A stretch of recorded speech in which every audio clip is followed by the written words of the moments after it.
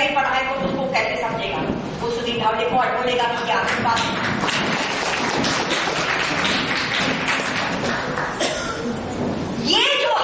ये जो परिस्थिति है peculiarly इंडियन। और हमारे जो डॉक्टर कोटनेस थे छोलापुर के, जिनको कांग्रेस वालों ने भेजा, जवाहरलाल नेहरू ने डॉक्टर अटल को भेजा, डॉक्टर कोटनेस की और कहां भेजा? उनको रेड आर्मी के साथ भेजा, व्हाइट आर्मी के साथ नहीं। रेड आर्मी जो माओ से रेड आर्मी की डॉक्टर कोटनेस और डॉक्टर अटल को वहां अटैच किया क्योंकि वो जापानी आक्रमण के खिलाफ लड़ रहे थे। तो ये मैं पूछना चाहूंगी कि ये क्या हो रहा है? एक तरफ से कांग्रेस पार्टी ऐतिहासिक, इनकी इतिहास है कि डॉक्टर कोटनेस को वहां भेजा एक रेड आर्मी के साथ कि वहां जाके साम्राज्यवाद शक्तियों से उनको सपोर्ट दो, इंटरनेशनलिज्म। और यहाँ एक क्रिश्चियन मेडिकल कॉलेज वेलोर के प्रतिनिधि जिन्होंने बहुत ऐसा काम किया है जिससे कि छत्तीसगढ़ गवर्नमेंट ने ही उनको एडवाइजर माना था पब्लिक हेल्थ प्रॉब्लम्स के लिए, और ये बोल रहे कि नक्सली।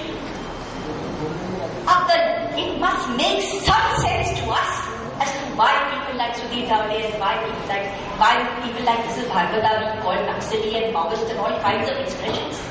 Something which is ridiculous, which doesn't make any sense whatsoever. तो ये जो वातावरण है, और ये क्यों है? क्योंकि वहां बहुराष्ट्रीय और हिंदुस्तानी कंपनी ये चाहती है कि जल्दी से जल्दी, हमने मेमोरेंडम ऑफ अंडरस्टैंडिंग किया है, आप निकालो नजर, क्लियर रोल मैनेजमेंट।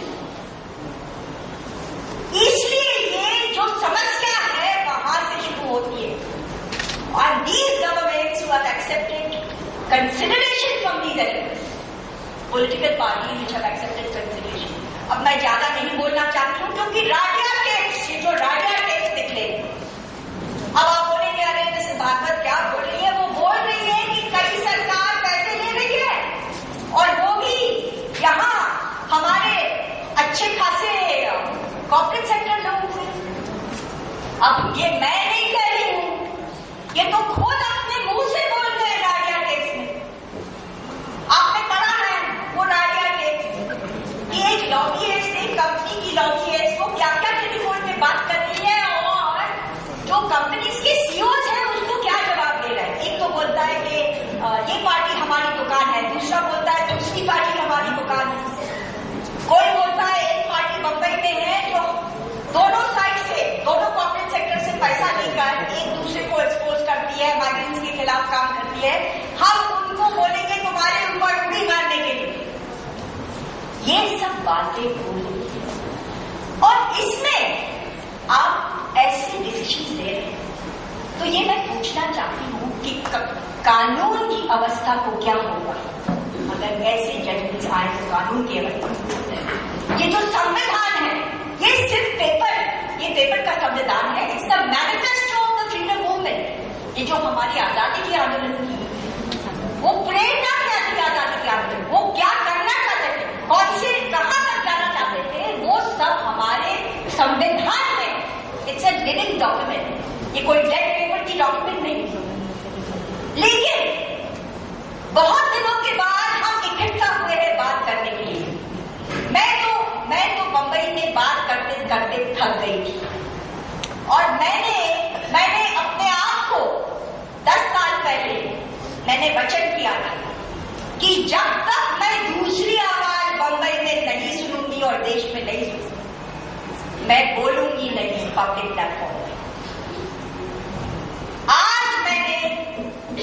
आज बहुत दिनों के बाद मैं बोल रही हूँ। क्यों मैं खामोशी बंद कर रही हूँ? क्योंकि मैं देख रही हूँ कि जगह जगह से आवाज उठ रही है कि ये क्या है, ये तो गणतंत्र नहीं है। आज हम खड़े हैं टू डिफेंड डेमोक्रेसी। हम गणतंत्र का सुरक्षा करने के लिए यहाँ निकले। हम आतंकवाद नहीं, आतंकवाद वो है जो गणतंत्र को नष्ट करता है।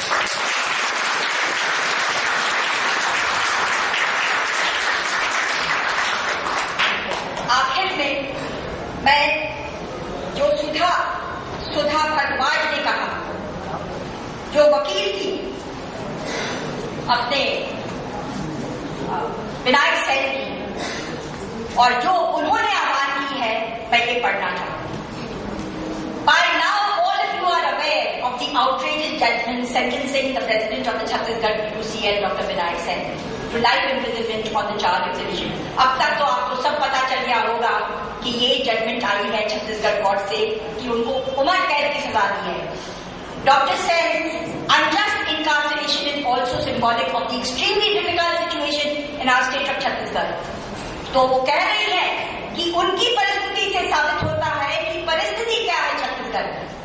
What is becoming a familiar political state intolerance of any descent? हमारे यहाँ गणतंत्र अभी बंद हो गया है, where the judiciary is becoming incapable of protecting the constitutional right to life and liberty. हमारी जो जुडिशरी है वो लाइफ और लिबर्टी का डिफेंस नहीं कर सकती, बहुत कमजोर हो गई। Where social activists are being persecuted and prosecuted on trumped-up charges, where a repressive law like the Chhattisgarh Special Public Safety Act is being used to criminalize dissent, where thousands of Adivasi, हजारों आदिवासियों को अटक किया गया है under the charge of being Naxalite under trials without hope of a fair trial, where the corporates are reigning supreme and have a stronghold over the state's rich resources, where state-sponsored Bhagwa Gundas attack Democrats and minorities, where independent journalists are threatened, where hundreds of Adivasis are being killed in collateral damage and thousands displaced in war or media. Even earlier, many of you have organized campaigns. Now, once again, it is necessary for you to stand together. अब आई बम्बई की बात। हमारे सामने joint commissioner of police Hemant Karkare की हत्या की गई। 26/11 से हमको साबित हुआ that the criminal underworld has penetrated Mumbai. Second, शहीद आदमी जो एक वकील थे, जो निर्दोष लोगों का डिफेंस कर रहे थे, उनकी हत्या हो गई और वरिष्ठ ऑफिशियल ने कहा कि the patriotic sections of the underworld have killed. अब अंडरवर्ल्ड कभी पेट्रियोटिक हो सकती है, ये पहली बात है। तीसरी बात ये है कि अभी सुधीर धावड़े एक दलित एक्टिविस्ट है, उनका अरेस्ट हुआ है। उनको पूछा गया कि आप क्या कर रहे हैं महात्मा साहब डॉक्टर कार्ल मार्क्स, लेनिन और माओ के किताब लेकर। 2 चार्जशीट नक्सलवादियों का चार्जशीट क्यों आपके पास है? इधर आप कंप्यूटर पे कौन से डॉक्यूमेंट्स डाउनलोड कर रहे हैं? और उनके ऊपर भी ये चल रहा है, उनकी क्वेश्चनिंग चल रही है कि उनके खिलाफ भी राजद्रोही का चार्ज है। राजद्रोही वो है जो नेशनल बजट का गलत इस्तेमाल करे। राजद्रोही वो है जो बैंकों से पब्लिक का पैसा लेकर अपने प्राइवेट कमर्शियल एम्पायर्स को बढ़ाते हैं। राजद्रोही वो है जो विदेशी सरकारों के पास जाते हैं और बोलते हैं कि हमको मदद दीजिए हमारे होमलैंड सिक्योरिटी के लिए। राजद्रोही वो है जो धर्म और जात पात को लेकर लोगों में फूट डालते हैं, और जैसे स्वामी असीमानंद का कन्फेशन अभी आया कि क्या क्या हुआ मालेगांव में, अजमेर में, हैदराबाद में, इतर जो फूट डालते हैं नागरिकों और जो कभी भी किसी भी अवस्था में अपने नागरिकों का सपोर्ट नहीं करते, क्योंकि हम कहते हैं नेशनल डिफेंस, नेशनल डिफेंस। अब डिफेंस क्या एक लकीर की डिफेंस होती है? Are you defending some line? No. आप डिफेंस क्या कहते हैं? नेशनल सिक्योरिटी का है। नेशनल सिक्योरिटी ये होती है जब हर एक नागरिक को ऐसे महसूस होता है कि मैं इस देश में सुरक्षित हूं, वो है नेशनल सिक्योरिटी। और ये जो बोल रहे हैं कि जो नागरिक आदिवासियों के बारे में और जो ग्रामीण भाग की परिस्थिति है वो बातें ला रहे हैं, लेकिन जो सबसे बड़ा दोष डॉक्टर विनायक सेन का ये था कि उन्होंने जो सलवा जुलूम का पर्दाफाश करके सुप्रीम कोर्ट के सामने रखा, और सुप्रीम कोर्ट ने कहा है कि सलवा जुलूम is an illegal setup. it has to be demolished by the state of Chhattisgarh. क्या सुप्रीम कोर्ट भी हमारी नक्सली हो गई है?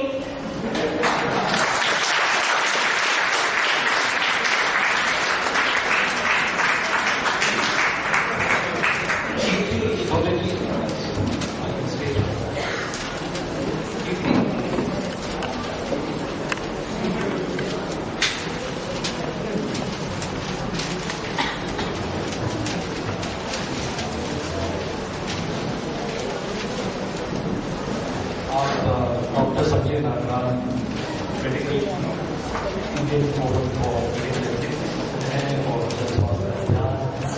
और उन्होंने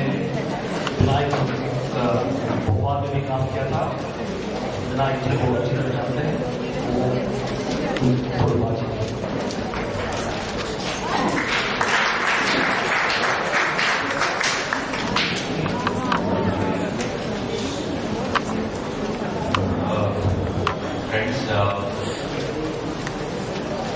hard act to follow.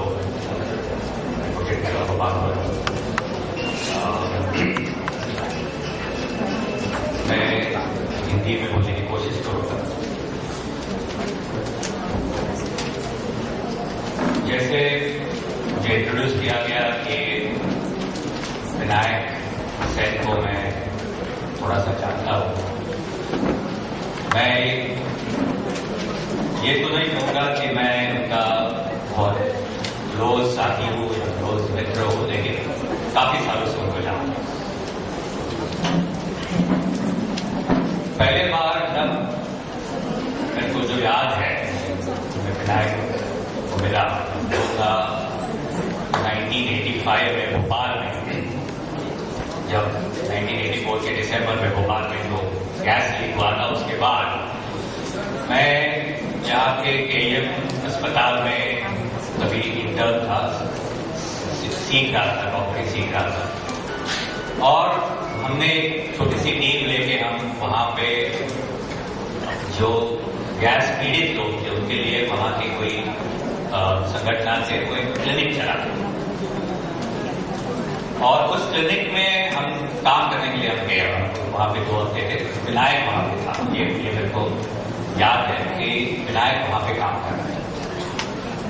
तो ये मेरी पहली याद है विनायक के बारे में, 1985।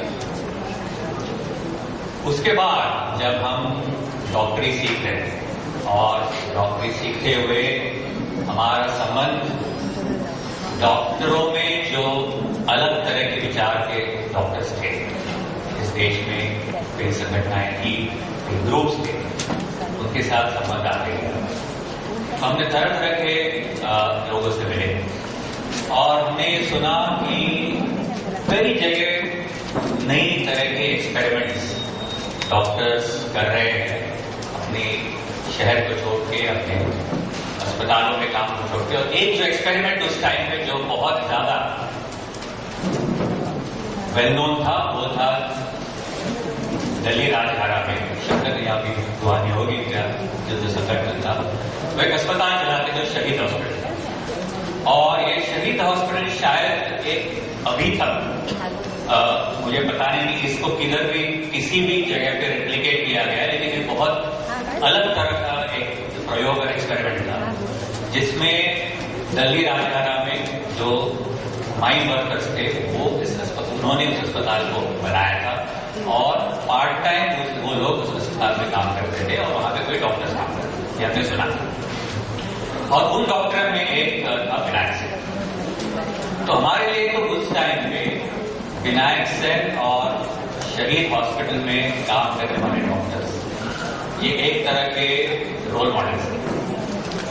और हमने कई बार जब भी उनको मिलते थे तो हमें पूछते थे आप किस तरह से कर रहे हो, क्या कर रहे हो। बहुत लोगों को इसको जानने के बारे में सोचता है। डॉक्टर संतोष कर्मकर यहाँ पे बैठे हैं, और उनको याद रहेगा कि हमने ऑलमोस्ट एवरी ईयर डिसाइड किया कि हम जाके 2-3 महीना शहीद हॉस्पिटल में जाके काम करें, लेकिन हमने नहीं किया। हम बात करते रहे, हमने किया नहीं, हम हमारे काम में, हमारे पढ़ाई में आगे चलते रहे। विनायक को बीच बीच में मिलते रहे। हमने ये बात नहीं सुना कि विनायक छत्तीसगढ़ के बाद में मेरे को याद है कि मेडिको फ्रेंड सर्कल नाम का एक ग्रुप है पूरे देश में, उसके मेंबर्स है, उसकी मीटिंग होते थे, हम वहां भी जाते थे।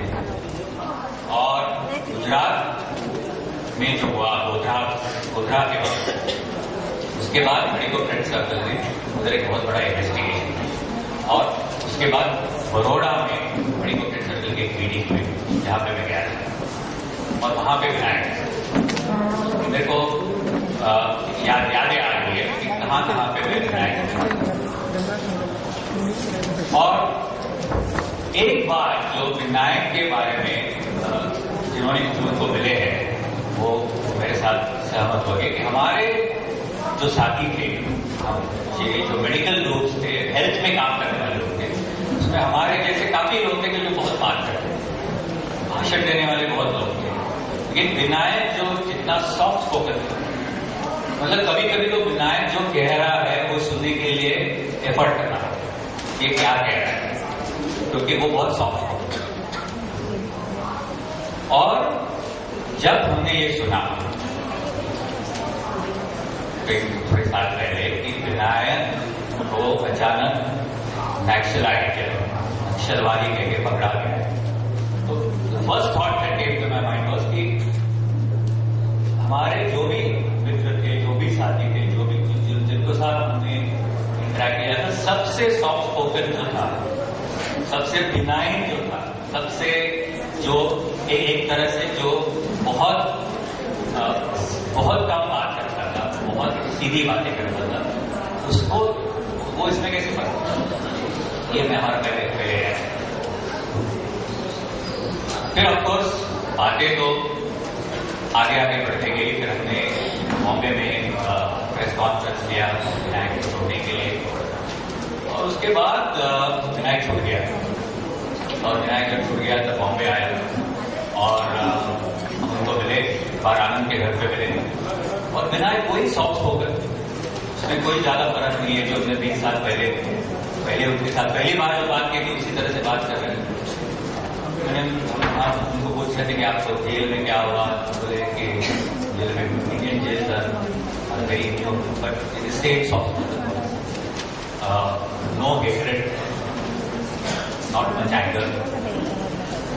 फिर हम एग्जैक्टली 1 महीना पहले दिल्ली में हमारी एक मीटिंग हुई, हमारा एक बायोएथिक्स में हम काम करते हैं, तो नेशनल बायोएथिक्स कॉन्फ्रेंस वाले ने विनायक को बुलाया था। और मैंने उस कॉन्फ्रेंस के फर्स्ट डे पे छोटा सा भाषण दिया कि इस देश में जो कमर्शियलाइजेशन हो रहा है हेल्थ केयर प्रोफेशन का, उसके बारे में। और मैंने एंड में कई लोगों के बारे में उदाहरण दिया और मैंने ये बोला कि इस देश में कई लोग इस कमर्शियल मेडिकल प्रोफेशन और मेडिकल प्रैक्टिस की जो है व्यापारीकरण हो रहा है, उसके खिलाफ किस तरह से लड़ रहे हैं, उसके खिलाफ रेजिस्ट कर रहे हैं। और मैंने विनायक का भी फोटो देखा कि इससे क्या हो सकता है। और विनायक ऑडियंस में था, मैं जब नीचे उतरा तो आया और बोला कि संजय ये मेरे बारे में इतना सब कहने की जरूरत नहीं, मैंने तो बस ये आपको ये क्यों कहना है, उसी सॉफ्ट स्पोकन उसका जो तरीका। सो ये हमारा विनायक है। और मैं जब सोचता हूं कि विनायक से का जो पूरा दायित्व अगर हम उसको देखें तो मेरे खुद के मन में बाकी जो बातें रह गई है और रही जाएगी, ये तो जो बेसिक बातें हैं, छत्तीसगढ़ की पॉलिटिक्स है, पूरी देश की पॉलिटिक्स है, ये तो फंडामेंटल बात है। लेकिन मेरे जैसे लोग इस विनायक को जो ट्रीटमेंट मिली है, विनायक को जो अरेस्ट किया गया, वापस तस्वीर किया गया, इससे मेरे खुद के मन में और मेरे मित्रों के मन में प्रश्न आए। विनायक का जो काम है, ये मेरे ख्याल से इस देश में जो भी डॉक्टर अपने आप, अपने कान और अपना भेजा ओपन रख के अपनी डॉक्टरी कर रहा है, ये किसी भी डॉक्टर को, किसी भी एवरेज डॉक्टर को ये प्रश्न आने चाहिए। इनइक्वालिटी डॉक्टर होते हुए हमारे लिए एक तरह का एक प्रॉब्लम है कि डॉक्टर होते हैं, हम कितने भी ये सोचे कि हम समाज में जो हो रहा है उसको इग्नोर करें, तो हम नहीं कर सकते। या तो हम हमारा भेजा बंद करके काम कर सकते हैं, हमारा कंप्लीट डम होके काम कर सकते हैं, या हमको रोज ये सवाल है। और मुझे सरप्राइज लगता है कि देश में और 500 विनायक सेन क्यों पैदा है, क्योंकि विनायक सेन जो सवाल, विनायक सेन ने अपने काम में जो सवाल उठाए, ये कोई भी जो डॉक्टर है जो उसके सामने, और इसमें छत्तीसगढ़ में जाने की जरूरत नहीं, किसी भी रूरल आदिवासी एरिया में जाने की जरूरत नहीं, बॉम्बे शहर में भी जो डॉक्टर है जो देख रहे हैं कि क्या हो रहा है, एक तरह किस तरह की इनइक्वालिटी है, ये किसी भी आम डॉक्टर को के मन में ये बात जरूर आती होगी। वो तरह तरह से उसको भूल जाते हैं, इंटरनलाइज कर जाते हैं। विनायक सेन जैसे लोग उसको आगे लेते हैं। और मेरा ये कहना है कि मेरे को विनायक सेन के बारे में बात करते हुए लगता है कि हम कई डॉक्टर्स जो 70s 80s में तरह तरह के मूवमेंट्स में हमने काम किया, मेडिको फ्रेंड सर्कल में मैंने बात की, लेकिन विनायक ने 2 चीजें की जो हमसे काफी आगे चले। 2 चीजें उन्होंने ये की, एक तो उन्होंने बहुत परसिस्ट किया कि जो फंडामेंटल सवाल है उनको लेकर परसिस्ट किया। हमने हमारा काम किया, हमने हमारे करियर से किया और बीच बीच में सवाल उठाए। विनायक ने वो फंडामेंटल सवाल उठाते थे, और विनायक जहां पे एक्चुअली ये सवाल सबसे ज्यादा ऑब्वियस है, उस जगह पे उन्होंने जाके काम किया। तो ये उनकी गलती हुई है। हमने बीच बीच में सवाल उठाए, बीच बीच में लिखा, जर्नल्स में लिखा, अपने काम करते रहे, तो हमने हमारा प्रोटेक्शन रखा। काफी लोगों ने हमारे प्रोटेक्शन रखे, विनायक ने वो प्रोटेक्शन दिया। और वो एक जगह पे ऐसे गए जहां पे कॉन्फ्लिक्ट था, और उन्होंने जो बात कहनी थी उन्होंने कह दी, और उस कॉन्फ्लिक्ट में हुआ। जब विनायक सेन की जो पूरी कहानी है और जो भी हो रहा है इसके बारे में जब मैं और कई मित्र हमारे जो हम एक दूसरे के साथ इसके बारे में बात करते हैं, तो हमको तो एक दूसरे तरह का इसमें फीलिंग आता है कि जो हम करना चाहते थे, जो हमको करना चाहिए था, और जो हम कर नहीं पाए, वो एक तरह से विनायक ने किया, और वो आज सजा हुआ है। तो मैं तो आज विनायक के काम के बारे में तो बहुत कुछ लिखा गया, आप सभी को मालूम है। ये मैं तो मेरी थोड़ी सी पर्सनल इसमें विनायक के साथ जो मेरी फीलिंग है, और मेरे मन में क्या सवाल आते हैं इस सब ये जो सब हो रहा है, ये आपके साथ शेयर करना चाहता था। मेरे बाद में ऑफकोर्स हिमांशु कुमार जैसे लोग आपको छत्तीसगढ़ में जो क्या हो उसके बारे में बताएंगे। मेरे को इतना ही कहना है आखिर में कि, और थोड़ा सा मैं जो कह रहा हूँ स्ट्रेंज है लेकिन सच है, और ये मेरी मन की बात है इसलिए मैं आपके साथ शेयर कर रहा हूँ कि एक तरह से विनायक को हुआ,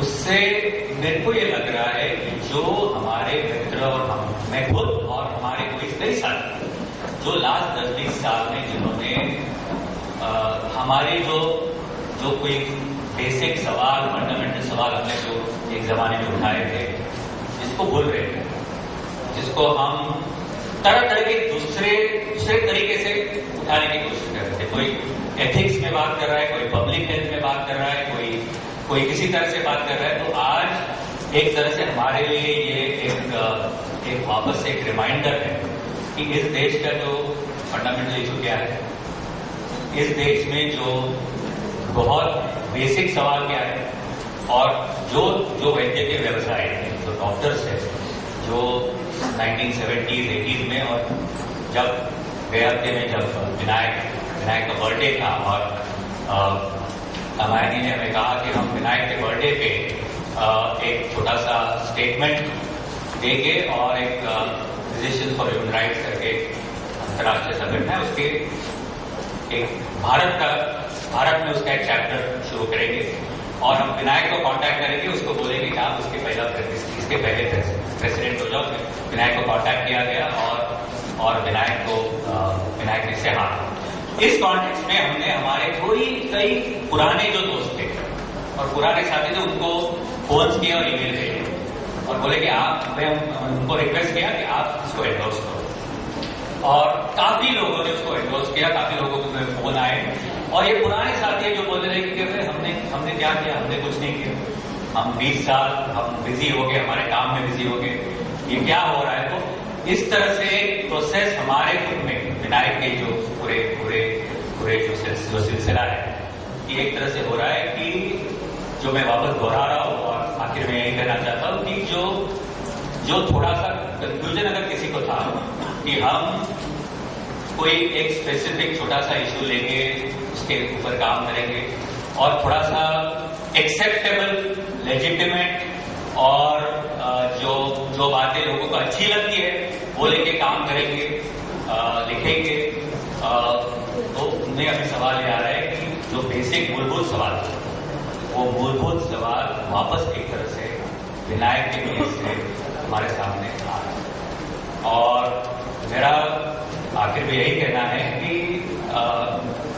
हम उस टाइम पे शहीद हॉस्पिटल नहीं गए। हमने जैसे मैंने बताया कि भोपाल में विनायक से मिले, तो जिस तरह से कई जो जिस तरह से एडवोकेट भागवत ने कहा कि लॉयर्स का एक तरीका होता है तो डॉक्टर्स का भी एक तरीका होता है, आज के डॉक्टर्स का भी एक तरीका है।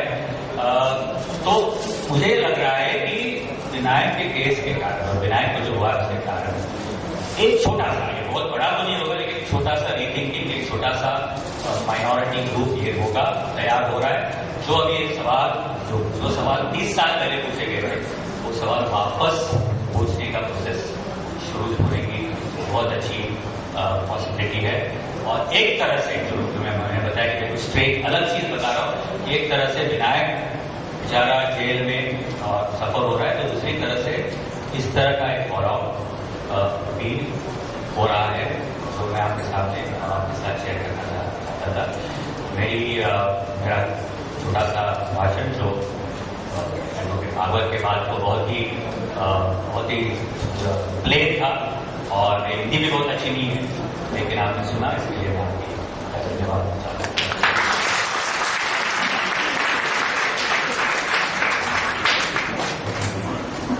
जैसे आप एडवोकेट भागवत ने सुधीर थापरे के बारे में भी बात की, उनको 2 जनवरी को डिटेन किया गया और उनको भी सेडिशन और यूएपीए में चार्ज किया गया और वो है अपने सीआरपीएस के मेंबर और खास करके रिपब्लिकन पैंथर के फाउंडर मेंबर, विद्रोही मैगजीन के एडिटर। और यहाँ हमारे साथ है दर्शना, उनकी वाइफ जो भी एक्टिव, वो भी एक्टिव है और वो जो 2 हफ्ते से जो उन्होंने काफी कुछ परेशानी हुई पुलिस के कारण, वो सब आपको बताएंगे।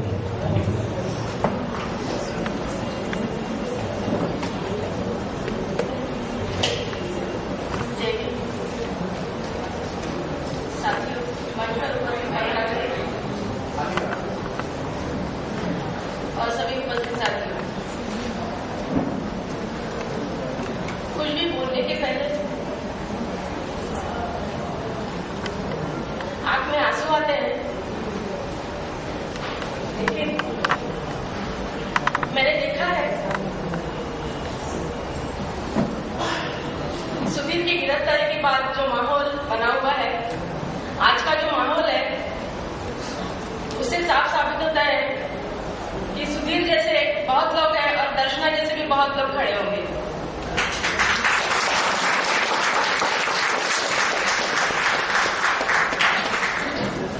आप सब लोगों की मौजूदगी मेरा हौसला बढ़ाती है।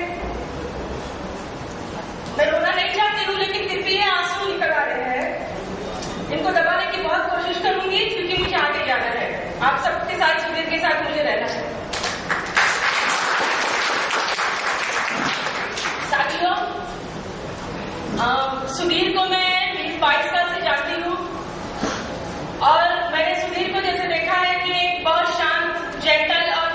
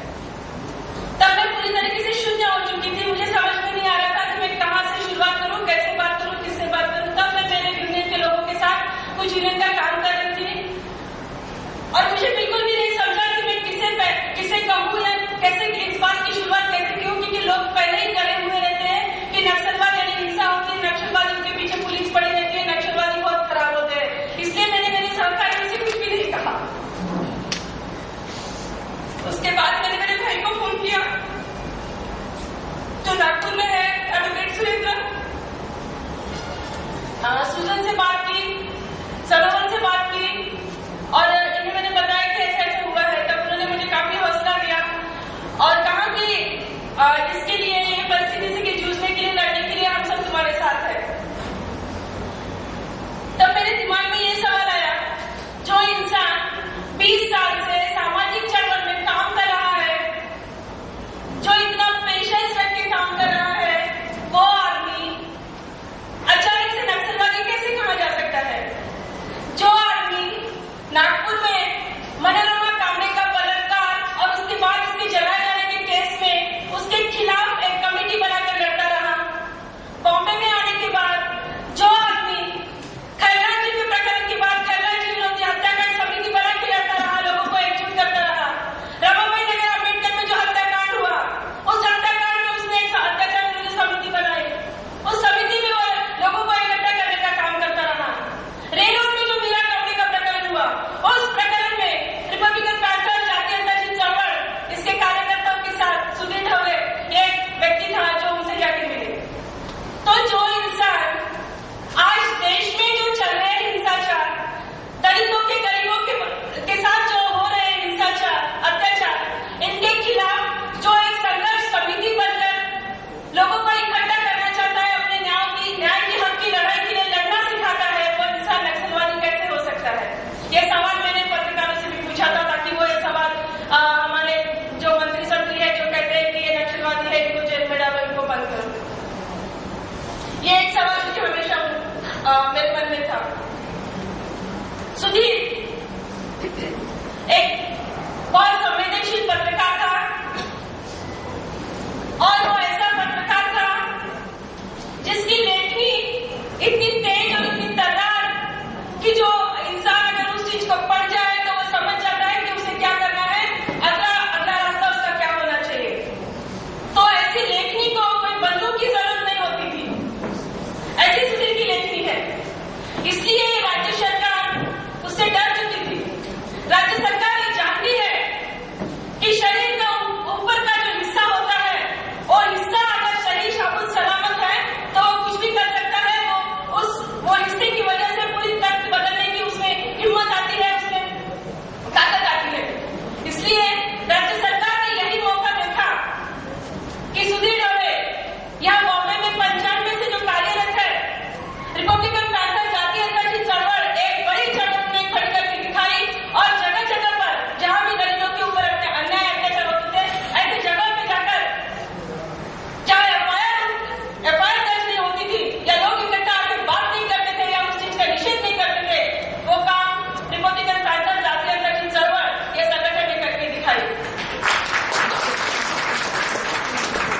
और इसलिए राज्य सरकार डर गई है कि कहीं जो दलित वर्ग, दबा कुचला वर्ग जो आज चुपचाप बैठा हुआ है, कहीं वो फिर से इस पैंथर की वजह से रास्ते पे ना आ जाए और हमने जो ठान ली है, जो दलितों को, गरीबों को अत्याचार करने के बारे में, वो हमारी नीतियों को कहीं वो पर्दाफाश ना करे। इसलिए उन्होंने सुधीर को अरेस्ट करके रखा है, ये मैं अब जान चुकी हूँ।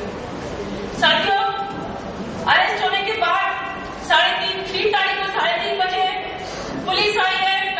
करीब 12 से 15 पुलिस लोग घर में आके घुस गई और मैं घर में आने से पहले उन्होंने घर की झड़ती चालू कर दी थी। पुलिसों ने इतना भी नहीं सोचा कि इस घर के व्यक्ति, जो जिम्मेदार व्यक्ति है, उससे आने तक रुका जाए और बाद में झड़ती ली जाए। झड़ती चालू की, उसमें मैंने देखा इस तरीके से उन्होंने माहौल पैदा कर रखा था कि मेरे 2 छोटे बच्चे भी डर गए और आजू बाजू वाले सुज्ञान लोग भी डर गए। वो भी ऊपर आने से करता रहे कि अरे दर्शना के घर में पुलिस आई है, क्या बात है, कि कुछ गलत सलत तो नहीं हुआ है। इस तरीके से एक वातावरण बना के रखा। और जब मैंने वो 15 पुलिसों को देखा तब मैं अधमरी हो चुकी थी, मुझे उनके सामने और कुछ बात करने की हिम्मत ही नहीं रही। लेकिन कुछ देर के बाद सरोवर से बात हुई, एडवोकेट सुरेश जी से बात हुई और एडवोकेट सुरेश जी फिर घर में आए। जब उनसे थोड़ी बातचीत हुई तब मैंने थोड़ा हौसला रखा और फिर मुझे लगा कि मैंने ये जो पुलिस आए हैं इनसे जरा पूछताछ करनी चाहिए कि किस बारे में आप झड़ती ले रहे थे वगैरह वगैरह। तो मैंने पूछा तो बोले आपके पति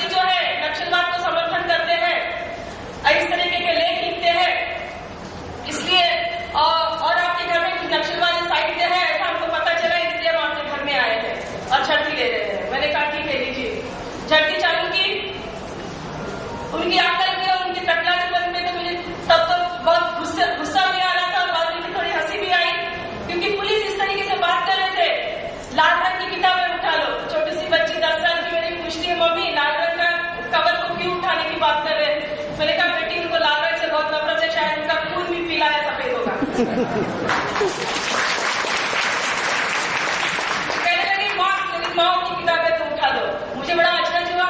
मैं बोली मेरा पति एक पत्रकार है, लेखक है, वो अपने घर में कोई भी प्रकार का लिटरेचर रखेगा, जिस चीज में उसको इंटरेस्ट है वो प्रकार का लिटरेचर जरूर रखेगा। अभिव्यक्ति स्वतंत्रता है, हम लोकशाही में रहते हैं। तो बोले नहीं मैडम, ये जो साहित्य है मार्क्स मेरी माओ का नक्शेबाद को प्रेरित करता है। मार्क्स का किताबें उठा लो, लेनिन का किताबें उठा लो, माओ का किताबें उठा लो। तब मन में सवाल आया, सोशियोलॉजी में, अर्थशास्त्र में मार्क्स के लेसन क्यों पढ़ाए जाते हैं? तब सवाल आया, फ्रेंच क्रांति, रशियन क्रांति क्यों पढ़ाई जाती है हमें? ये सब सवालों के जवाब पुलिसों के पास तो नहीं थे। सिर्फ इतना ही कहते थे कि ये नक्सलवाद को समर्थन, ये नक्सलवाद को प्रेरणा देता है। मैंने कहा ये सब बुक्स तो पीसीएस में अवेलेबल है, आप वहां से उठा लीजिए। बोले मैडम आप वो सब बात मत कीजिए, खाली इतना बताइए कि देखो एक एफआईआर की कॉपी मिली है, ये आपके घर में कैसे आई है? चूंकि मैं ये सब चीजों के बारे में नहीं जानती थी, मैंने कहा सुनील जी आपको जरूर इसके बारे में विस्तार रूप से बताइए, मुझे उसके बारे में कुछ मालूम नहीं है। कहने लगे आपको पता होना चाहिए, आप उनकी पत्नी है। मैं बोली हाँ जरूर पता होना चाहिए, लेकिन हम लोगों ने काम का डिस्ट्रीब्यूशन किया हुआ है। हम लोगों ने ये सोचा है कि मैं घर परिवार बच्चे संभालूंगी, नौकरी संभालूंगी और सुनील पूर्ण रूप से सामाजिक चळवळ में कार्यरत रहेंगे। इसलिए ये सब चीजों के बारे में मैं ज्यादा जानकारी नहीं रखती हूँ। तो ये सब हुई किताबों के बारे में बात।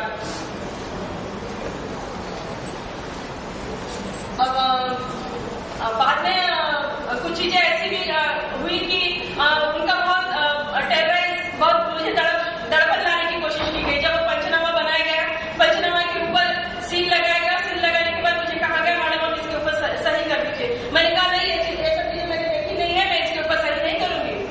बोले अभी ये रात के 8:30 बज चुके थे तब।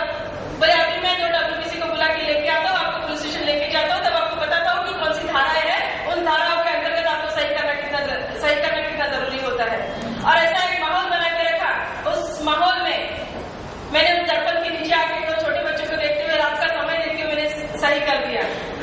लेकिन मुझे मालूम है ये राज्य सरकार, ये पुलिस, ये सत्ता कितनी मगरूर है। जो चीज नहीं भी होगी उस चीज में प्लांट वो जरूर करेगी और सुधीर को कभी भी वो बाहर निकलने की कोशिश जरूर करेगी। क्योंकि अभी मुझे पता चला, जब मैं सुधीर को मिलने आई, 12 तारीख को मैं सुधीर को मिली, 14 तारीख को बॉम्बे पहुंची। तो बॉम्बे पहुंचने के बाद मुझे पता चला है कि सुधीर को फिर से 121 एक्ट के तहत उसको फिर से अरेस्ट कर दिया गया है। तो इस तरीके से एक वीडियो अपने खीसे से निकालने वाली है, क्योंकि सरकार कभी भी नहीं चाहती कि सुधीर जैसे लोग सामान्य जनता को इफेक्टिव करे, उनको मार्गदर्शन करे और उनके अपने हकों के लिए उनको जागरूक करे और उनको लड़ने के लिए तैयार करे। दूसरी बात, 14 तारीख को एक पेपर में मैंने पढ़ा, जल संपदा मंत्री सुनील तटकरे जी एक रोहा के पत्रकार संघ में कोई पत्रकारों को अच्छा पत्रकारिता के बारे में कुछ पुरस्कार दे रहे थे। तब उन्होंने कहा कि पत्रकारों ने निर्भीड़ होकर लिखना चाहिए। तो मेरे दिमाग में सवाल आया, निर्भीड़ होकर किसके बारे में लिखना चाहिए? निर्भीड़ होकर तुम लोगों के बारे में लिखना चाहिए, जनता के ऊपर जो अन्याय अत्याचार हो रहे हैं उसके बारे में लिखना चाहिए। जरूर ऐसा ही होगा कि अगर आप एक पार्टी में हैं, तो अगर आप कोई पार्टी से बिलोंग करते हैं तो आप दूसरे अपोजिट वाले पार्टी के बारे में निर्भीड़ होकर लिखे। जो पार्टी से बिलोंग करते हैं उस पार्टी के बारे में ना लिखे, अगर आप उसके हिस्सा है। और सुनील एक प्रामाणिक इंसान, एक सामाजिक कार्यकर्ता जो हमेशा जानता था कि समाज के बारे में, समाज के लिए उसका एक कर्तव्य बनता है, और इसलिए वो हर इकाइयों पे, हर सामाजिक चळवळ पे, हर प्रश्नों पे उसका एक विश्लेषण, सटीक विश्लेषण रहता था और वो हमेशा करते रहे हैं। और उसका मुझे बहुत गर्व है और मैं हमेशा सुधीर के कार्य के साथ हूँ और हमेशा रहूंगी। इतना ही कहते दोस्तों।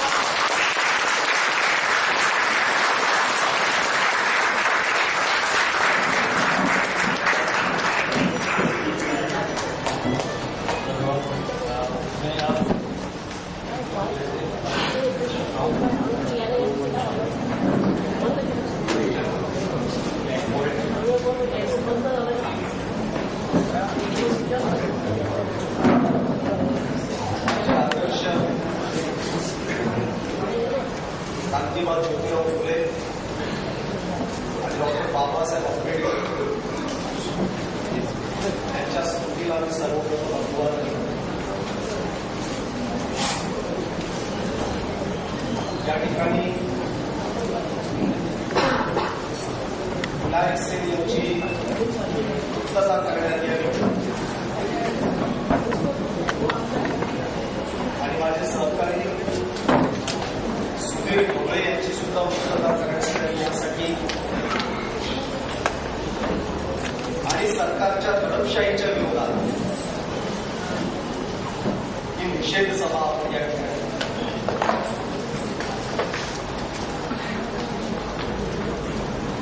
मला एक कार्यकर्ता म्हणून या सभेकडे बघताना अलीकडच्या काळातला एक आनंद होतो की अशा या दमनशाहीच्या विरोधामध्ये जी दमनशाही राज्यव्यवस्थेने सुरू केलेली आहे आणि ज्या दमनशाहीचं सूत्र या देशातल्या दलितांना आणि श्रमिकांना दाबणं हे आहे, त्या दमनशाहीच्या विरोधामध्ये समाजातला एक उच्च शिक्षित वर्ग मुंबईसारख्या ठिकाणी एकत्रित येतो.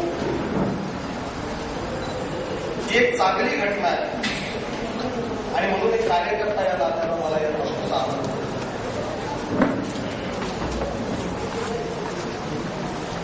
मी डॉक्टर बाबासाहेब आंबेडकरांच्या एका उदाहरणानं आपलं मत आपल्यासमोर मांडेल. बाबासाहेब असं म्हणतात की जे लोक गुलामीचा खात्मा करण्यासाठी सातत्यानं संघर्ष करतायत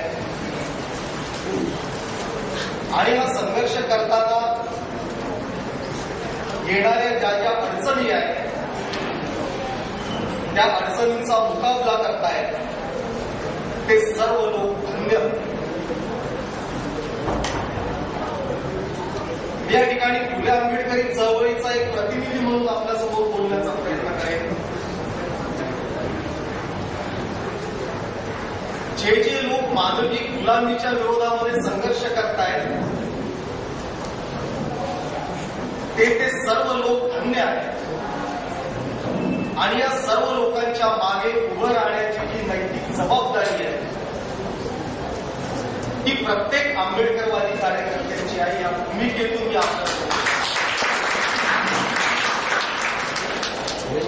डॉक्टर विनायक सेनना मी व्यक्तिशः ओळखत. कुठे छत्तीसगडमध्ये आदिवासींमध्ये काम करणारा हा समाजसेवक स्वतःला या ठिकाणी जो उल्लेख झाला आदरणीय निलोफर भागवतजींनी केला की स्वतःला स्वघोषित गांधीवादी समजणारा हा समाजसेवक गांधीवादी मार्गाने लोकांचे प्रश्न हातात घेण्याचा प्रयत्न करतो. राज्यव्यवस्थेने जी दडपशाही सुरू केलेली आहे दलितांवरती, श्रमिकांवरती, आदिवासींवरती त्यांचा लोकशाही मार्गाने निषेध करतो. मानवीय अधिकारासाठी लढण्याचा जो प्रयत्न करतो आणि संसदीय लोकशाहीच्या चौकटीमध्ये राहून हे सगळं करतो. त्याला जर या देशातली राज्यव्यवस्था राजद्रोही समजत असेल तर माझ्यासारख्या फुले आंबेडकरी चळवळीमध्ये काम करणाऱ्या कार्यकर्त्यांच्या समोर असा प्रश्न आता निर्माण झाला आहे की डॉक्टर बाबासाहेब आंबेडकरांनी दिलेली ती संसदीय लोकशाही आहे, ती संसदीय लोकशाही खरंच या ठिकाणी प्रामाणिकपणे काम करते आहे. हा अत्यंत मूलभूत स्वरूपाचा प्रश्न आहे. फुले आंबेडकरी चळवळीतला कार्यकर्ता या नात्यानं हा प्रश्न फक्त मला पडतो असं नाही, तर हे प्रश्न खुद्द डॉक्टर बाबासाहेब आंबेडकरांना देखील पडले ज्यांनी या देशाची राज्यघटना दिली. डॉक्टर बाबासाहेब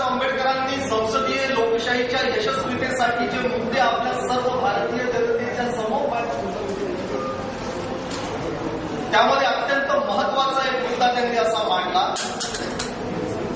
की भारतामध्ये संसदीय लोकशाही जर यशस्वी व्हायची असेल तर भारतीय समाजात विषमता नसली पाहिजे.